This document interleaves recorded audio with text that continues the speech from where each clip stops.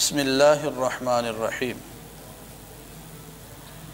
انسان کو جب بھی کوئی مشکل وقت پیش آ جائے، کوئی سخت معاملہ درپیش ہو، بندہ بے چین اور بے قرار ہو، تو اس کو کیا پڑھنا چاہیے؟ اس حوالے سے میں آپ کے سامنے اللہ کے رسول صلی اللہ علیہ وسلم کی ایک حدیث آپ کے گوش و گزار کروں گا۔ ترمذی میں یہ روایت ہے اور حدیث کا نمبر 3524 ہے۔ سیدنا انس بن مالک رضی اللہ تعالیٰ عنہ اس حدیث کے راوی ہیں۔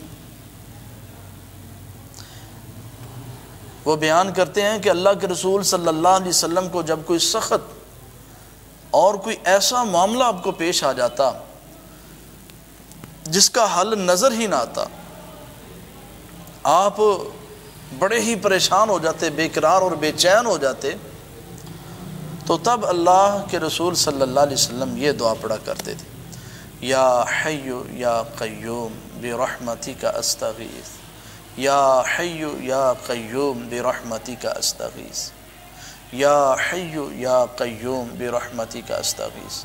یہ کلمات ہمیں کثرت سے پڑھنے چاہیے۔ انسان ہے، انسان کو زندگی میں بڑے سارے معاملات کا سامنا کرنا پڑتا ہے، ہو جاتے ہیں، انسان کے ساتھ معاملے پیش آ جاتے ہیں، کوئی بے چین ہو جائے، بے قرار ہو جائے، کوئی سخت پریشانی کے اندر مبتلا ہو جائے، تو اس کو کثرت سے یہ وظیفہ کرنا چاہیے، کثرت سے پڑھنا چاہیے، یا حی یا قیوم برحمتک استغیث۔ اللہ تعالی ہمیں سمجھنے کی توفیق دے اور عمل کی توفیق دے۔